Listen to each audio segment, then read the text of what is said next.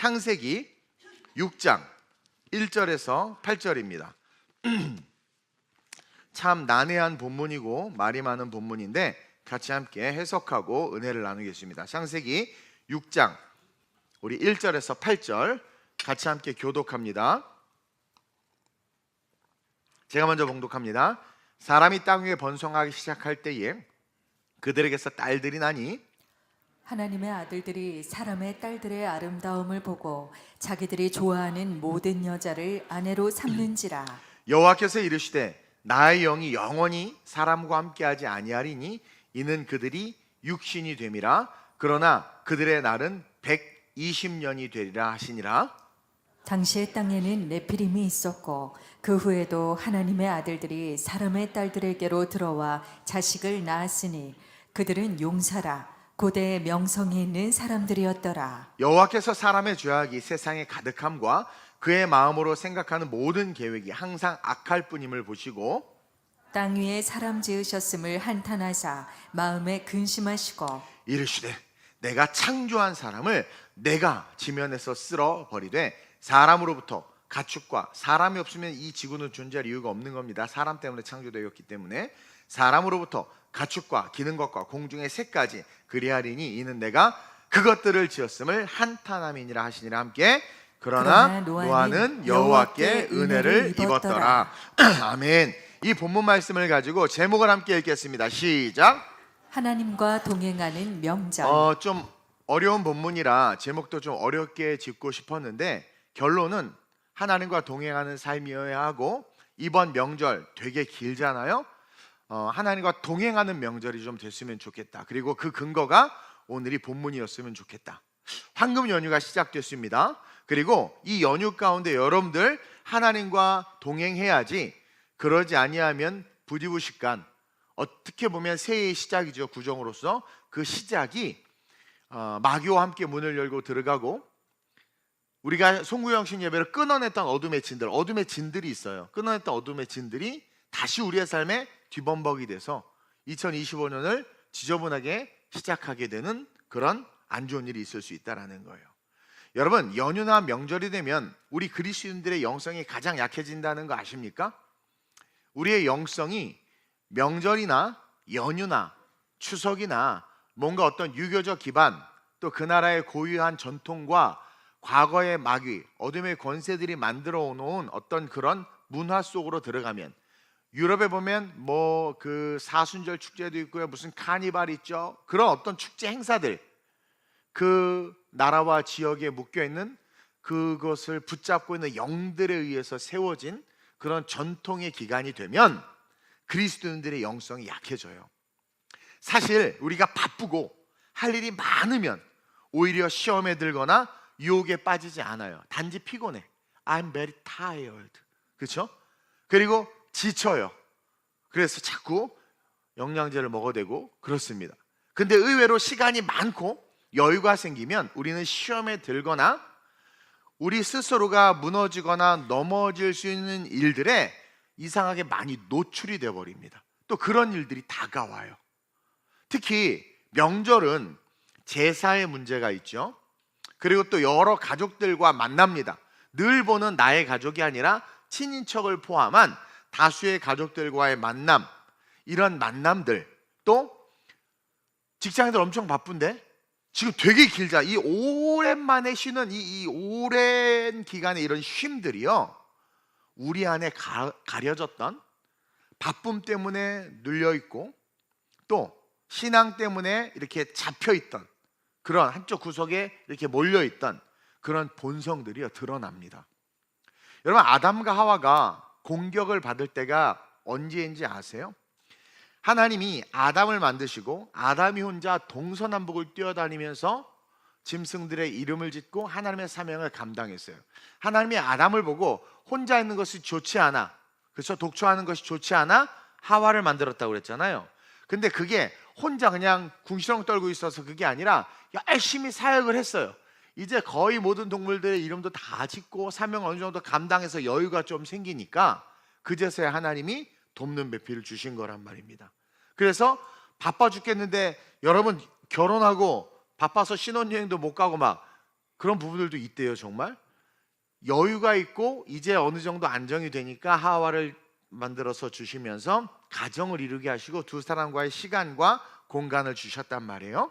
그러니까 아담이 사역의 어떤 그 비중이 낮아지고 이제 자기의 삶과 또 함께 해준 이거 뭐야 이거 와, 이 배우자랑 함께 아름다운 시간들을 보낼 수 있게 했단 말이에요.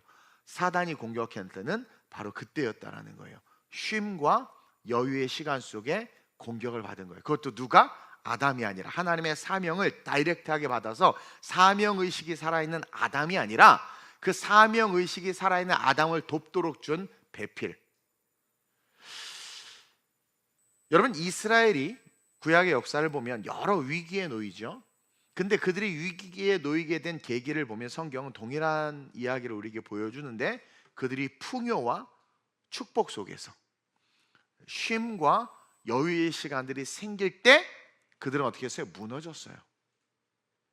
오히려 광야에 갈 때는 어텐션하고 오히려 막 핍박받을 때는 어텐션 했는데 가나안에 들어가서 풍요를 누리기 시작하고 이스라엘이라는 나라가 확 생기면서 사울 왕과 함께 풍요가 누려지고 다윗이도 통치를 잘 때 막 풍요, 그럴 때 막 이분 오열되고 궁 안에서 아들이 막 아빠를 쿠데타 일으키고 막 그런 일들이 일어났단 말이에요. 선악과를 먹은 우리는요, 그 선악과를 먹은 동기가 살아있어요. 그 동기는 뭐냐면 육체의 소욕을 쫓는 동기죠. 내가 원하는 것을 하고 싶은 동기죠. 그래서 선악과를 먹은 우리는 그 동기가 늘 살아있어서 쉼과 여유가 있으면 익숙하지 않은 것들이나 육체적 소욕을 찾게 되는 성향이 있어요.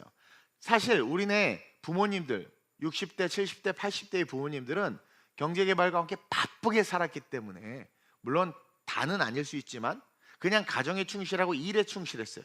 그러다 보니까 뭐 신변 잡기에 능할 시간도 없었고 그냥 열심히 우직하게 그렇게 살아왔어요. 그리고 나라는 발전하고 자녀들은 잘 되고 그런 축복들이 있었단 말이에요.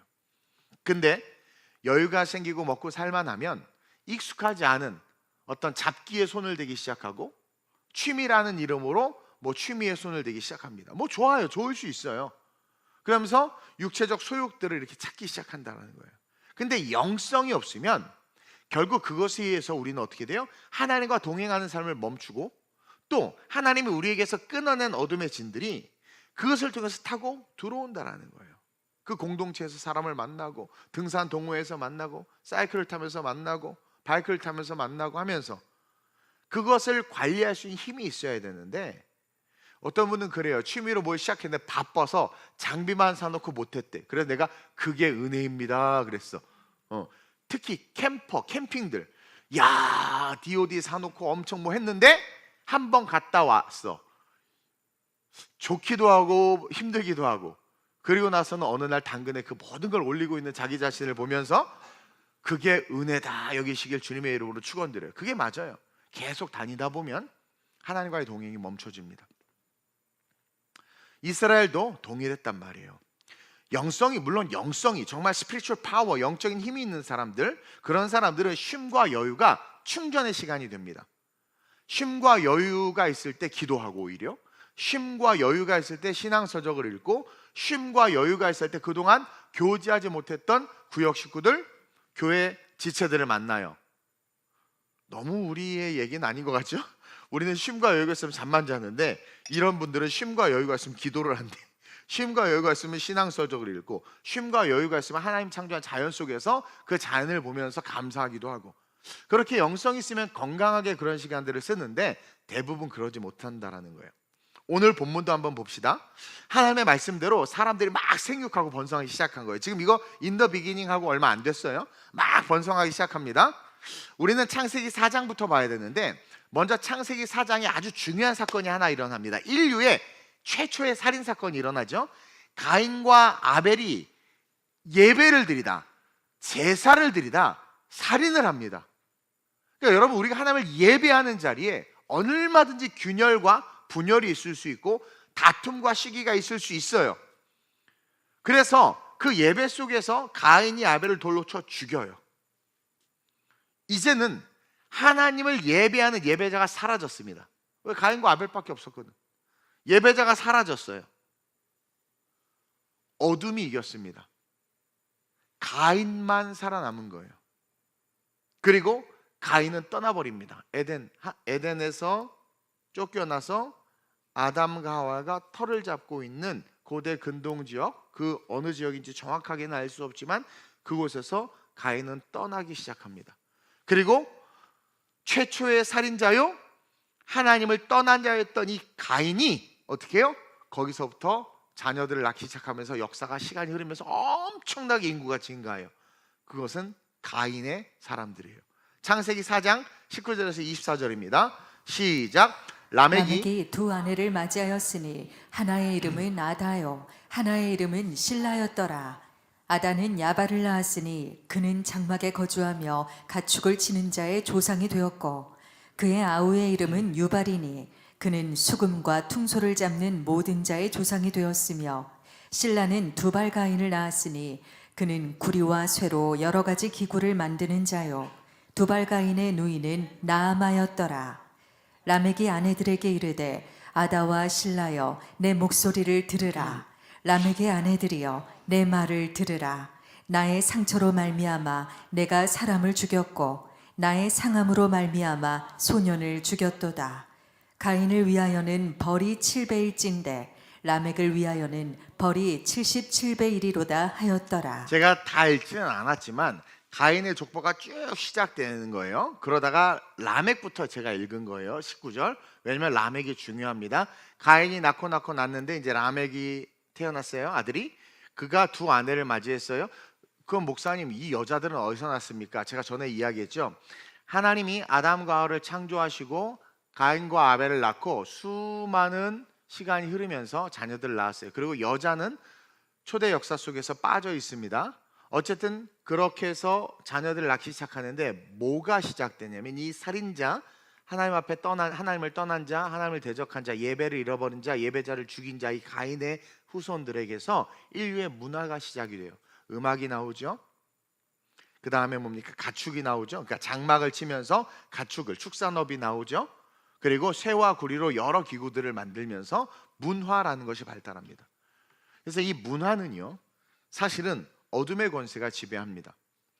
그러면서 막 지내다가 이 라멕이 살인을 저지르는 거예요. 또 그 살인의 DNA가 흘러오고 있죠. 약탈과 제약이 막 번져가고 있는 중에 자기의 조상이었던 가인보다 자기가 77배나 더 벌을 받을 만큼 어떻게 해요? 소년을 죽이고 사람을 죽였다라는 거예요. 그러면서 어둠의 사람들이 쫙 번성하는 모습을 창세기 4장에서 보여줘요. 그리고 하나님은 아담을 통해서 아벨 대신에 셋이라는 아들을 또 주십니다. 창세기 4장 25절에서 26절입니다. 시작. 아담이 다시 자기 아내와 동침함에 그가 아들을 낳아 그의 이름을 셋이라 하였으니 이는 하나님이 내게 가인이 죽인 아벨 대신에 다른 씨를 주셨다 함이며, 셋도 아들을 낳고 그의 이름을 에노스라 하였으며 그때의 사람들이 비로소 여호와의 이름을 불렀더라. 보세요. 아벨이 죽었습니다. 예배자가. 가인의 문화가 번성하기 시작합니다. 그때 하나님께서 아벨을 대신해서, 성경에 분명히 있죠. 아벨을 대신해 다른 씨를 주셨다. 예배자를, 하나님께서 세운 그 예배자를 위해서 또 다른 씨를 주셨는데 그게 셋이다. 뭐 역사학자에 의하면 셋의 후손이 우리라고도 하는데, 이 아시아로 와서 동양인이 됐다고도 하는데, 어쨌든 이 셋으로부터 시작된 민족이 여호와의 이름을 부르면서 다시 하나님을 경외하기 시작하는 거예요. 그러면서 4장과 대조적으로 창세기 5장에서 이 셋의 족보, 이 셋의 족보를 이야기하는데 5장의 소제목이 재밌어요. 뭐라고 표현합니까? 아담의 계보래. 아담은 하나님이 직접 만든 사람, 하나님을 경외하는 사람, 하나님의 사명이 있는 사람. 세상이 그걸 죽였단 말이에요. 근데 다시 하나님이 셋을 허락하시면서 셋을 향하여 아담의 계보다, 그러니까 하나님이 만지시는 민족이다 라고 이야기하면서 셋의 족보를 쭉 풀어가세요. 셋의 족보를. 즉 가인의 후손과 셋의 후손, 이 두 후손을 통한 엄청난 인구 증가가 일어나고 있는 거죠. 그리고 그렇게 늘어난 인구는 결국 어떻게 돼요? 둘 다, 셋이든 라멕이든 가인이든 할 것 없이 다 어떻게 타락하고 범죄하기 시작하면서 결국 오늘 우리가 읽었던 것처럼 하나님이 이들을 다 물로 쓸어버릴 수밖에 없는 역겨운 상황이 도래했다라는 거예요. 이 셋의 후손들이 왜 힘을 잃었을까? 이 셋의 후손들이 도대체 어디 갔길래 하나님이 다 이들을 쓸어버릴 수밖에 없었을까? 거기에 포인트를 둬야 됩니다. 창세기 6장 12절 13절입니다. 시작. 하나님이 보신즉 땅이 부패하였으니 이는 땅에서 모든 혈육 있는 자의 행위가 부패함이었더라. 하나님이 노아에게 이르시되 모든 혈육 있는 자의 포악함이 땅에 가득하므로 그 끝날이 내 앞에 이르렀으니 내가 그들을 땅과 함께 멸하리라. 그래서 멸하려고 하는데 하나님께서, 그렇죠? 감사하게 하나님의 눈에 노아라는 한 사람이 딱 보인 거예요. 셋의 후손입니다. 물론 노아가 딱 보입니다. 그리고 그에 대해서 성경이 이렇게 표현하고 있어요. 이게 좀 거꾸로 읽어야 은혜가 됩니다. 창세기 6장 8절 9절을 읽는 게 아니라 9절 8절 좀 거꾸로 읽어볼게요. 9절부터 한번 읽어봅시다. 시작. 이것이 노아의 족본이라. 노아는 의인이요 당대의 완전한 자라. 그는 하나님과 동행하였으며. 아담의 족보에서 셋의 족보에서 노아의 족보로 이어지고 있죠. 그래서 노아의 족보다 그러면서 그는 당대의 완전, 이 당대가 어떤 당대냐면 풍요 속에 여유와 시간과 물질이 넘쳐나는 당대입니다. 그러니까 이게 아주 쉽게 말하면 연휴 기간의 당대예요. 그 당대에 다 넘어졌는데 이 노아만 넘어지지 않았던 거예요. 그 이유가 뭐냐면 하나님과 동행했다라는 거죠. 근데 하나님과 동행하니까 거꾸로 8절에 어떤 일이 일어납니까? 시작. 노아는 여호와께 은혜를 입었더라. 그렇죠. 하나님과 동행하면 은혜를 입어요. 근데 그 하나님과의 동행을 성경은 뭐라고 우리에게 가르쳐 주느냐? 세상과 세퍼레이트 되는 겁니다. 분리되는 거예요. 그렇다고 뭐 세상에서 먹고 사는 어떤 경제 활동을 안 하는 것이 아니라 문화 자체, 컬처, 이 문화 자체에 교배되지 않는 것이 세퍼레이트, 분리되는 것이다라는. 그러니까 하나님의 문화를 고수하고 하나님의 문화를 추구하고 세상이 어떠하든 그 하나님의 문화 속에 있는 사람들은 노아와 같이 은혜를 입게 돼요. 그리고 하나님은 그런 자들을 통해서 하나님의 족보를 이어가신다라는 거죠. 즉 노아가 은혜를 입은 이유는 딱 하나예요. 하나님과 동행했다는 거예요. 근데 그렇게 많은 인구가 있었는데 딱 한 사람만 하나님과 동행한 거예요. 여러분, 이 노아가 하나님과 동행했던 그 상황, 전 인류 99.99999%가 완전히 타락하는 상황에서 한 사람인 이 노아가 그렇게 구별될 수 있었는데, 그 노아가 있던 상황을 오늘 본문 1절 3절이 정확하게 기록해 주고 있는 거예요. 시작. 사람이 땅 위에 번성하기 시작할 때에 그들에게서 딸들이 나니. 자, 사람이 땅 위에 번성하기 시작한다라는 것은 가인의 후손과 셋의 후손이 막 번성하는 겁니다. 그러면서 그들에게서 딸들이 나니, 계속. 하나님의 아들들이 사람의 딸들의 아름다움을 보고 자기들이 좋아하는 모든 여자를 아내로 삼는지라. 여호와께서 이르시되 나의 영이 영원히 사람과 함께하지 아니하리니 이는 그들이 육신이 됨이라. 그러나 그들의 날은 120년이 되리라 하시니라. 자, 요거에 제가 제 주석을 좀 이해하기 쉽게 넣었는데 그 주석 넣은 걸로 다시 한번 제가 읽겠습니다. 보세요. 하나님이 사람이 땅 위에 번성하기 시작할 때 그들에게서 딸들이 나요. 그렇죠? 하나님의 아들들이, 이제 이 하나님의 아들들이 누구냐라는 것은 신학적으로 많은 논쟁이 있습니다. 천사다. 그래서 천사가 사람과 같이 자서 아낙자손, 무슨 거인 같은 그런 네피림, 그런 하여튼 이상한 존재가 태어나고 제우스 같은 하여튼 그 그리스 신화에 있는 신들 이런 것들이 태어났다라고 말하는 사람들도 있고, 이 하나님의 아들들이라는 히브리어 원어를 보면 왕이라는 뜻입니다. 권세자. 그래서 당대의 권력자들이 그냥 닥치는 대로 세상에 자기가 원하는 걸 취했다, 이런 표현을 쓰기도 하는데, 여러분, 신학적인 내용이 중요한 것이 아니라 우리는 그냥 성경을 순서대로 쭉 읽어가면서 그 성경의 내러티브를 잘 보면 돼요. 여기서의 하나님의 아들은 셋의 후손을 말하는 거죠. 셋의 후손들. 왜냐하면 하나님의 아들들, 자녀라는 뜻이잖아요. 그렇죠? 그러니까 하나님이 아담의 계보, 하나님께서 예배자를 통해서 아벨을 대신하여 씨를 줬고, 그 셋이 셋의 후손을 통해서 여호와 이름이 다시 불러졌단 말이에요. 하나님의 아들들이란 말이에요. 그 하나님의 사람들이 사람의 딸들 누구겠어요? 가인의 후손들이죠. 가인의 후손들. 이게 왜 이런 표현을 썼냐면 여러분들 교회 문화는 재미가 없어요. 우리 작년들 놀러가도 둥글게 시작하는데 그렇게 재밌어 해. 그거를요 여러분들 무슨 낚시 동호회나 어디 가서 해보세요. 뭐 하냐고 그래. 야 맥주나 갖고 와 이러지. 그쵸? 술을 안 마시고 그렇게 놀 수 있는 거 우리밖에 없어요. 그리고 어쨌든 그러니까 재미가 없어. 근데 사람의 딸들이라는 건 뭐냐면 하나님의 아들들의 입장에서 너무나 이럴 수가, 이런 재미가 와우 막 너무 익사이팅하고 새로운 그런 경험. 그렇죠? 별로 반응이 없네. 그 문화를 다 누리고 계시나? 야, 그게 너무 보기 좋은 것들을 말하는 거예요.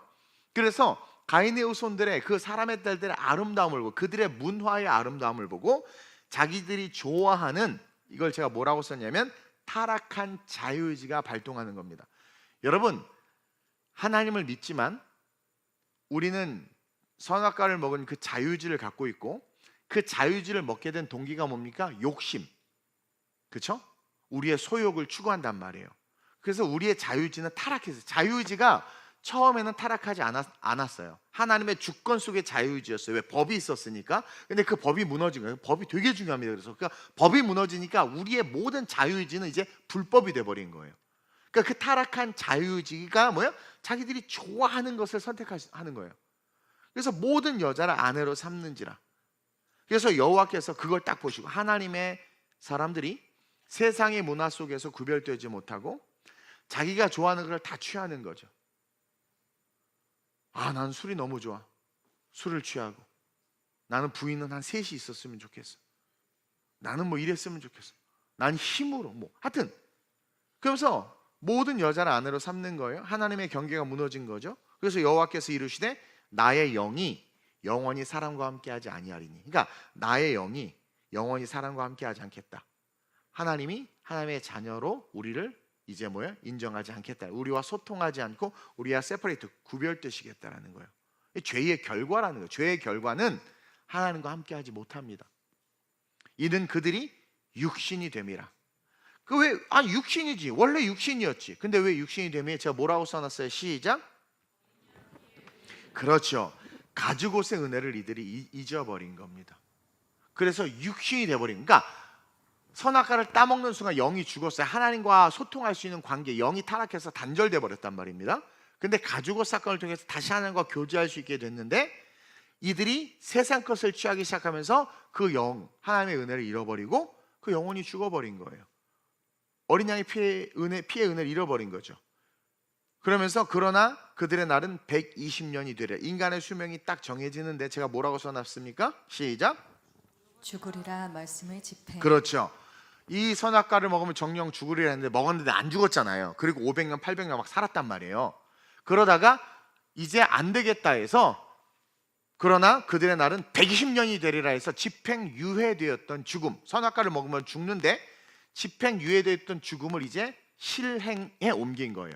그래서 그들의 수명이 120으로 딱 규정돼 버린 거예요. 그러니까 죽겠다고 했는데 이렇게 당장 급살맞아 이렇게 죽이는 게 아니라 죽는다 했는데 그 죽음을 하나님께서 정하신 거예요. 창조주시니까 전능자시가 120세까지로 하겠다 딱 이거예요.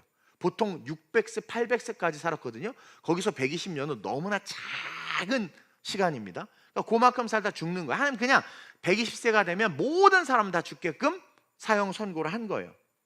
유예되어 있던 그 법을 집행한 거라는 거죠.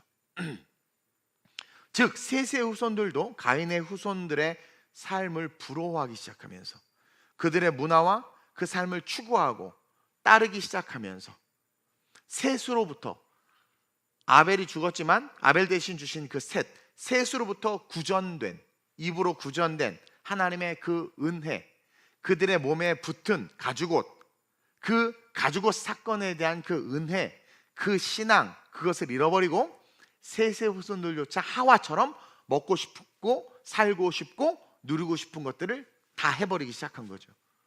하나님의 말씀과 성령의 감동을 탁 끊어내버린 거예요. 그래서 그 결과가 창세기 2장 17절 한번 읽어볼까요? 시작. 선악을 알게 하는 나무의 열매는 먹지 말라. 내가 먹는 날에는 반드시 죽으리라 하시니라. 이 죽으리라 하시니라 하신 말씀을 집행한 거예요. 2장 17절이 집행된 겁니다. 그래서 수명이 120세로 결정이 되고, 이후 그 시간은요, 120세까지의 그 시간은 사실 돌이키고 회개할 수 있도록 주신 시간이에요. 근데 결국은 이들은 그 120년이라는 시간을 회개와 하나님께서 나를 다시 부를 수 있는 은혜가 함께하는 시간인 줄 모른 채 계속해서 시집가고 장가가고 먹고 마시고 즐기니까 이제 하나님이 안 되겠다 싶어서 물로 쓸어버린 겁니다. 마태복음 24장에서 예수님이 정확하게 말씀해 주고 있어요. 여러분, 마태복음 24장 예수님이 직접 하신 말씀이에요. 빨간색이죠. 24장 38절에서 39절 시작. 홍수 전에 노아가 방주에 들어가던 날까지 사람들이 먹고 마시고 장가들고 시집가고 있으면서 홍수가 나서 그들을 다 멸하기까지 깨닫지 못하였으니. 그렇죠. 120세까지 자기의 인생이 규정되고 돌이키고 회개해야 되는데 깨닫지 못하고 뭐예요? 지금 계속 먹고 장가들고 시집가고 있어요. 여러분, 근데요, 먹고 마시고 장가들고 시집가려면 뭐가 있어야 돼요? 돈이 있어야 돼. 먹고 먹을 게 있어야 돼. 마시고 마실 게 있어야지. 배고파 죽겠고 나라가 경제가 어렵고 막 곳간이 비었는데 어떻게 먹고 마시고 시집가고 장가가고 그럽니까? 풍요로웠다라는 거예요. 풍요로웠던 거예요. 풍요로웠던 거예요. 그 풍요 속에서 구별된 삶을 살아내지 못한 거죠. 사람들은요, 이상하게 풍요로워지고 부유해지면 이상하게 부패하기 시작하고 타락합니다. 목회자들도 교회가 부흥해서 막 이렇게 좀 이렇게 경제적으로 사례도 많이 받고 막 이렇게 되면 이상하게 좀 이렇게 곁길로 가는 경우들이 많고, 우리 성도들도 어려울 땐 쥐어쥐어 붙잡다가 잘 되면 도나 하면서 막 그냥 이상하게 잘 보이던 섬기던 그런 자리에서 막 자꾸 이렇게 밖으로 나간단 말이에요. 자기 중심의 신앙생활을 해요. 내가 왕이야. 여러분, 제가 이제 북유럽에 땅밟기를 갔다 왔죠. 그 노르웨이를 갔었나 어디 갔나 기억도 안 나요. 우리 어디 갔었지? 하여튼 북유럽 너무 잘 살죠. 너무 부자죠. 근데 여러분, 겉으로 보기에 북유럽 복지 너무 좋죠. 인권 너무 좋죠. 너무 잘 살아요. 그게 우리가 봤을 때 부러울 것 같은데 너무 잘 살고 너무 풍요로워서요, 그들이요 어떡하나 하면서 어떡합니까? 인간 복제를 하고 있고, 어떡하지 동성애를 하고 있어요. 우리 성악가들 있는데 유럽에서 부자들이요 성에서 소수만 불러다가 성악가들 불러서 막 노래시키고 지들은 밥 먹고 온갖 별짓을 다 해. 너무 풍요로우니까 이제 상식선의 기쁨으로는 그 기쁨이 채워지지 않으니까 약을 하고 자극적인 것들을 경험하고, 그리고 동성애를 즐기고, 유럽은 다 동성애 즐겨요. 그리고 성산업도 합법화 시켜놓고, 그리고 동물과 결혼을 하면 혼인증서를 주고, 북유럽들은. 그리고 그럼에도 불구하고 대부분의 북유럽 우울증, 자살 이런 것들이 되게 많아요. 우리가 봤을 때 와 노르웨이 와 네덜란드 막 이러잖아요. 그렇죠? 영혼이 너덜너덜 털립니다. 가면 그냥 멸망의 죄를 쌓고 있어. 그들은 상당히 풍요롭고 부유합니다. 근데 교회 가봤어요? 교회가 이상해. 모든 게 막 다 오컬트적인 게 교회 안에 있어. 교회도 이거 너무 심심해. 너무 여기다 불상도 갖다 놓고 막 교회 이거 너무 좀 밋밋하지 않아? 이거 너무 올드해. 인테리어 너무 세련되게 있는데 뭐 이상해. 기하학적인 걸 막 갖다 놓고 막. 그리고 우리가 예배를 꼭 이런 식으로 해야 될까? 저 친구가 이렇게 하는 거 부담스러우니까 이렇게 해보자. 저 친구 또 저런 게 부담스럽다. 이렇게 해보자. 사람이 주인이 돼서 예배 드려요. 그리고 이제 주일날 예배도 안 드립니다. 풍요롭고 부유하면 이상하게 여러분 보세요. 어렵고 힘들 때는요 막 거치는 말들이 별로 나에게 거침이 되지 않아요. 근데 풍요롭고 부유해지면 그냥 한마디 한 것도 그렇게 거슬려. 그리고 내가 자꾸 주인이 돼. 말씀이 주인이야. 내가 주인이 돼서 내 생각과 성정에 반하는 설교가 나오면 못 견뎌. 그러니까 시진핑이 뉴스 봤죠? 시진핑이 성경의 내용을 수정하잖아요. 그래서 성경을 다시 인쇄하라고 그랬잖아요. 인본주의의 끝판왕이죠. 예.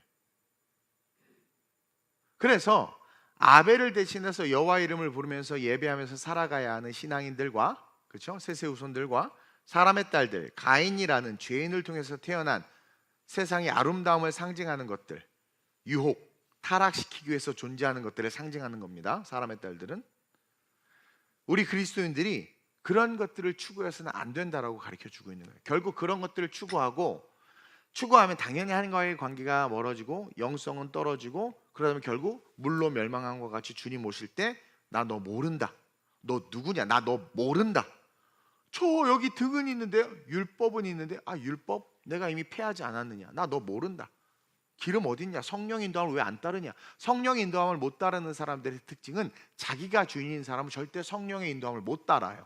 그리고 성령이 지배하는 걸 허락하지 않아요.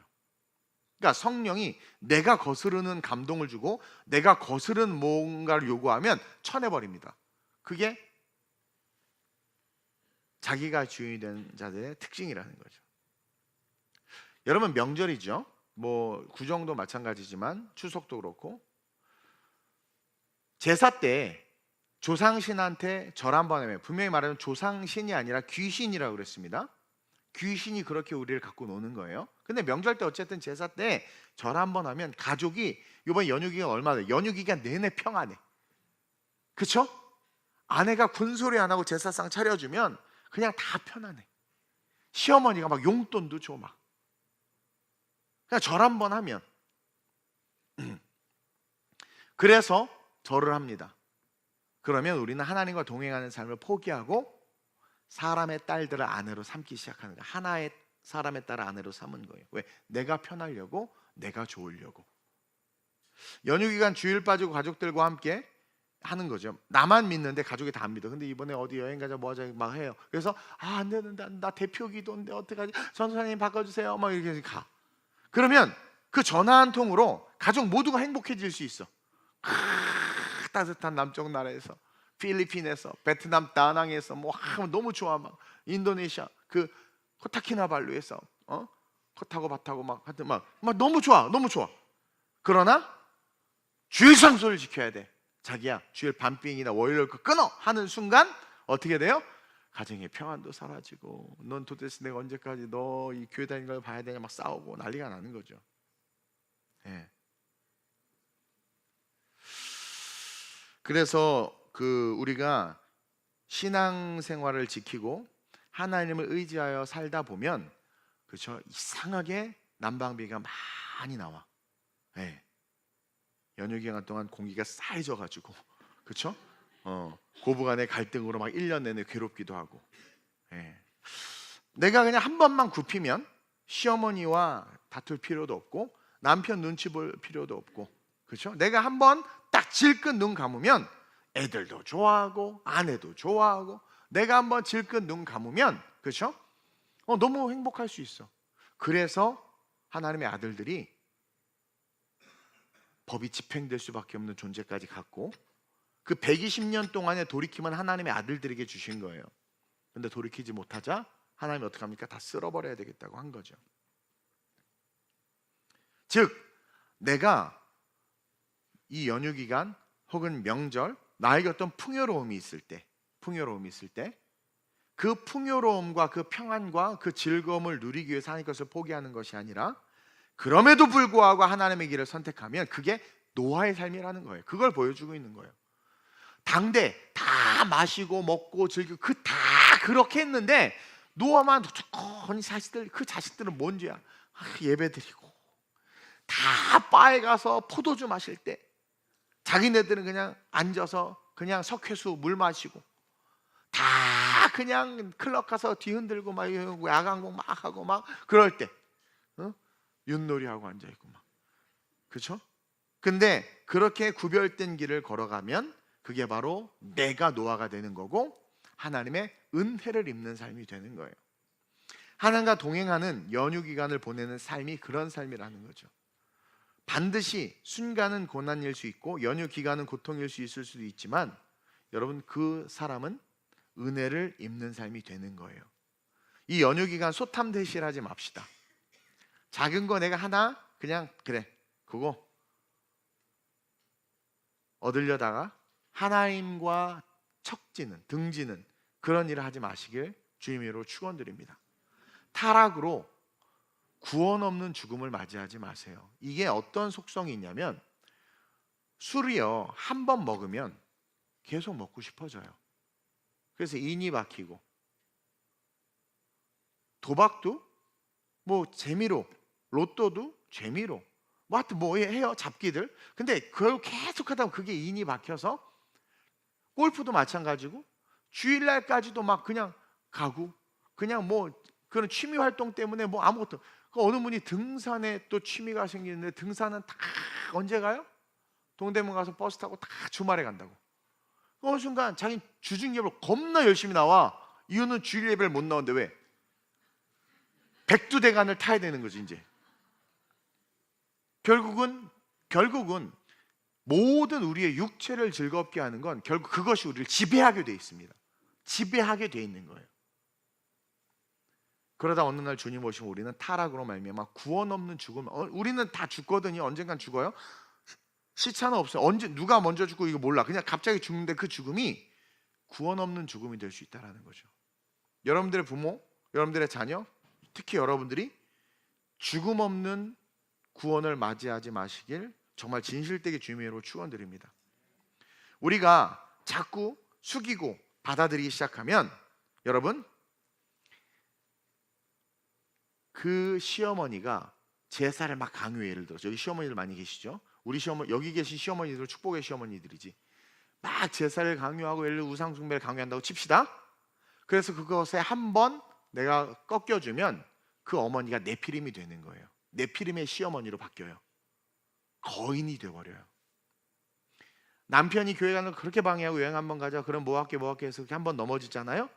그러면 그 순간 그 남편은 네피림의 남편으로 바뀌어버려요. 아주 전보다 더 강한 남편으로 바뀌어 있어요. 그러니까 우리가 못 이깁니다. 자녀 말 들어주면서 하나님과 동행하는 걸 잠깐 내려놓죠? 그 자녀가 네피림이 되어버립니다.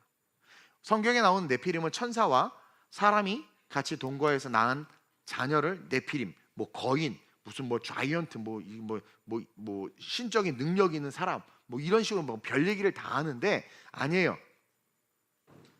우리를 완벽하게 지배하고 무너뜨릴 수 있는 대적자들을 상징하는 겁니다. 내가 가정 분위기 좋게 하려고 하나님의 본질적인 것들을 내려놓기 시작하는 순간 내 가정은 네피림의 가정이 되어버려요. 더 이상 내가 이길 수가 없는 가정이 되어버려요.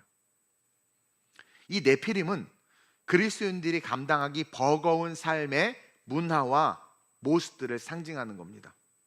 근데 노아는 어떻게 다 먹고 마시고 즐기는 판에 그 문화에 지배당하지도 않고 그 문화에 임박히지도 않고 그 문화에 끌려가지도 않을 수 있었냐라는 거예요.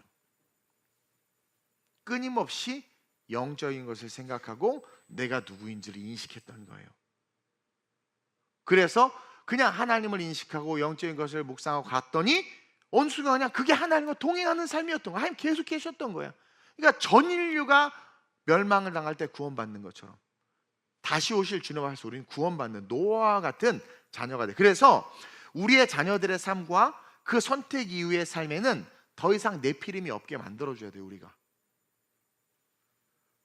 하나님과 동행함으로 내 자녀 그리고 나의 지금의 이 헌신과 결단을 통해서 내가 이 십자가의 고통을 짊어짐으로 말미암아 어떻게 돼요? 내 가정에는 더 이상 네피림이 존재하지 못하는 거예요.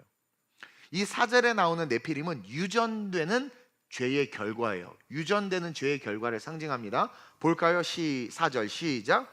당시의 땅에는 네피림이 있었고 그 후에도 하나님의 아들들이 사람의 딸들에게로 들어와 자식을 낳았으니 그들은 용사라 고대의 명성이 있는 사람들이었더라. 이게 좋은 의미가 아니에요. 번역해서 그런 거지.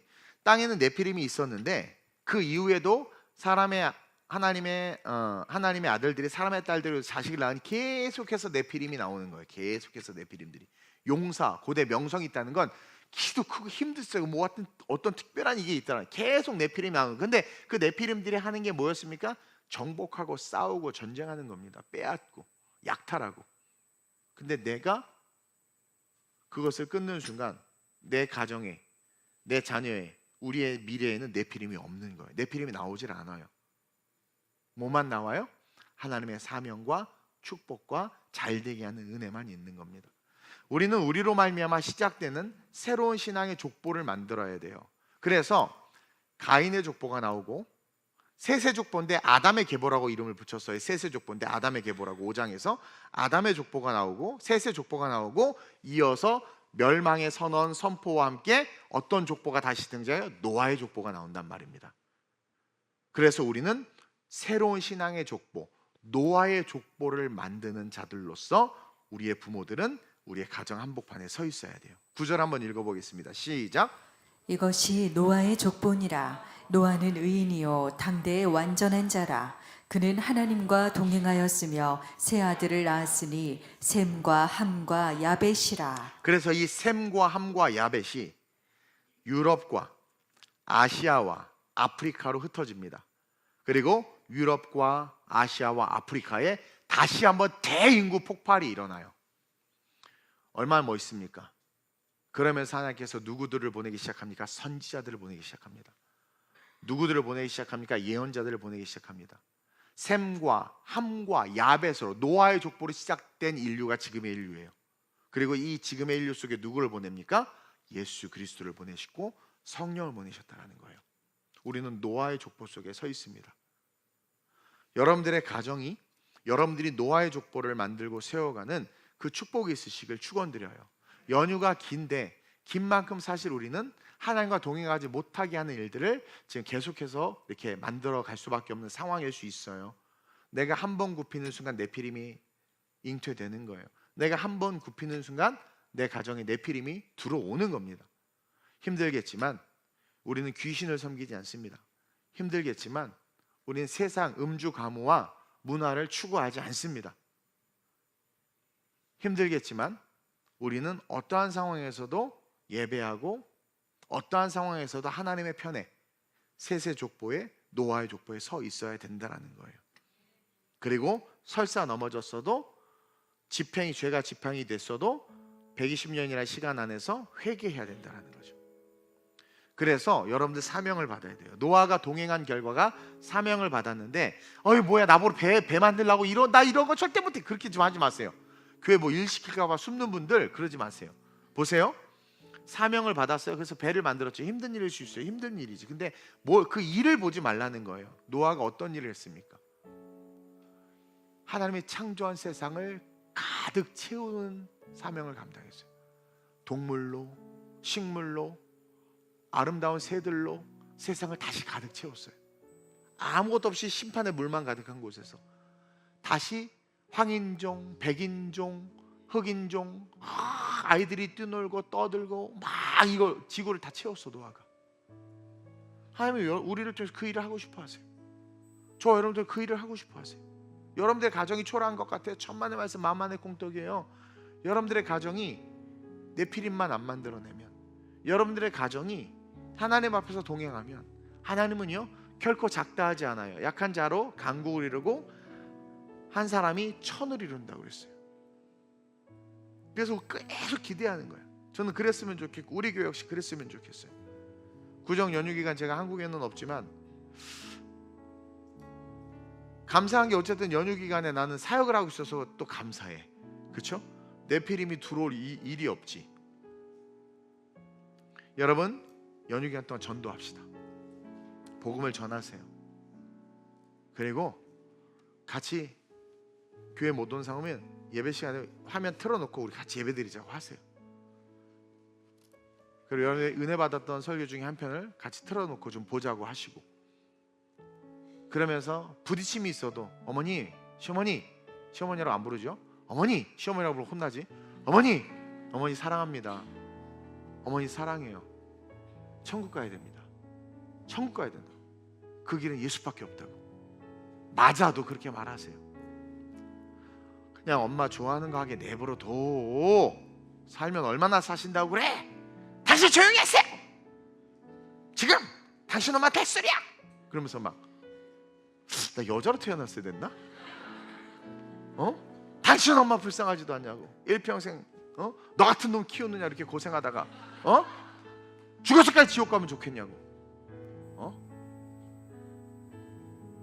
제일 불쌍하게 타락한 목사들입니다. 요즘에 너무 많죠. 맘모니즘에 묶인 자들은 절대로 용서받지 못합니다. 근데 오늘 대형교회 목사님들로부터 시작해서 크고 작은 모든 목사님들, 어떤 분들은 성도한테 전해서 돈 좀 달라고 말하더라고.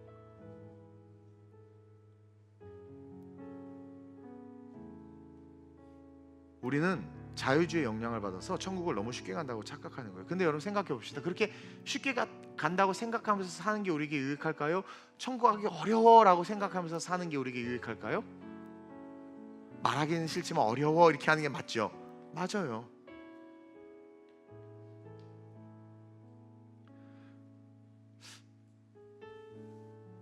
기도하는데 하나님께서 우리 성도들의 가정이 예수 앞에 나왔으면 좋겠다는 마음을 강하게 주셔서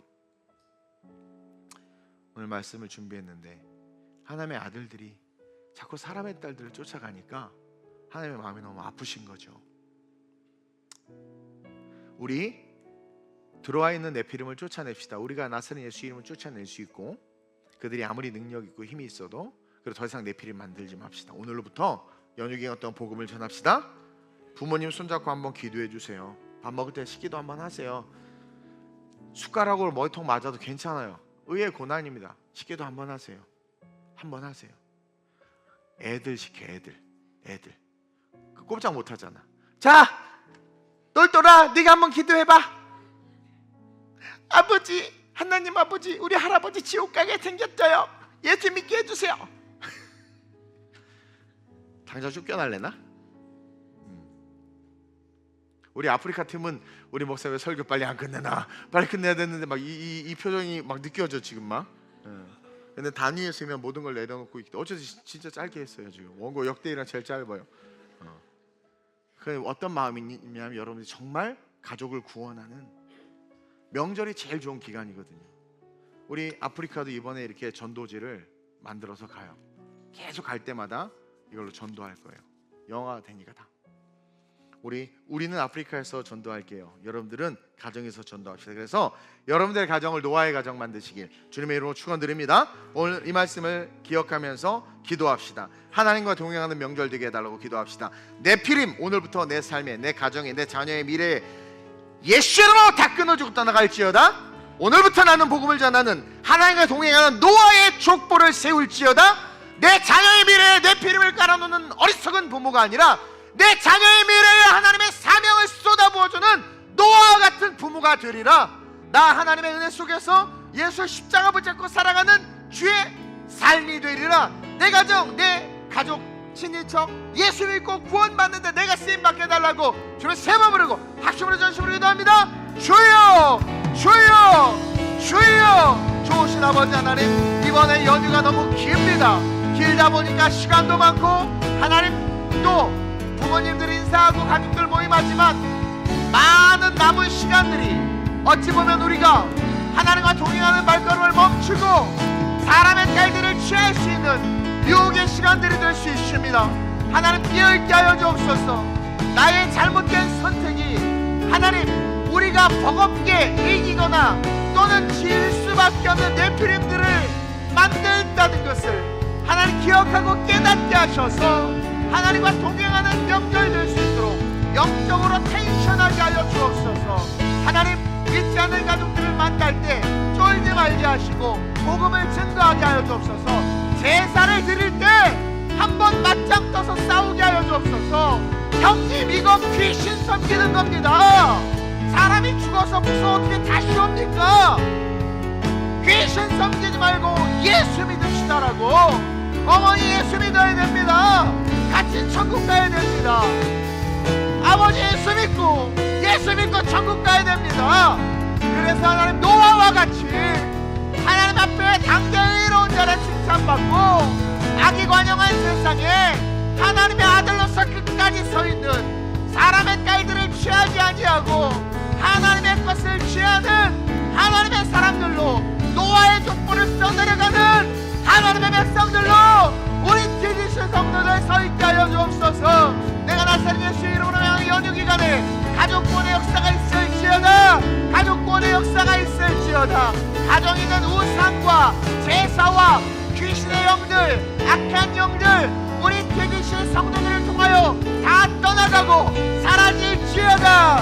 예수 믿는 축복이 있을지어다. 사명을 받는 명절 될지어다. 사명을 받는 명절 될지어다. 사명 받는 명절 될지어다. 주여, 주여, 주여, 하나님의 아들들로 오실 때까지 살게 하여 주옵소서. 얼마든지 하나님 안에서 우리 누릴 수 있습니다. 얼마든지 하나님 안에서 우리 즐겁게 살 수 있고, 얼마든지 하나님 안에서 우리 행복할 수 있습니다. 주여, 오실 주님을 바라보며 한 번뿐인 인생 당신의 길을 예비하게 하여 주옵소서. 좋으신 아버지 하나님, 너무 긴 구정 명절입니다. 이 기간 하나님의 아들들인 우리가 사람의 딸들을 취하지 않게 하여 주옵소서. 그냥 분위기에 취해서 술 마시고, 분위기에 취해서 도박하고, 분위기에 취해서 가지 말아야 될 곳 가지 말게 하여 주옵소서.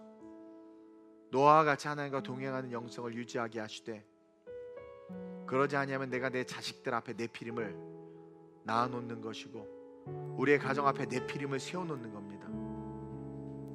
하나님, 우리에게 예수 믿는 은혜 주셨습니다. 그 이유는 전하라는 겁니다.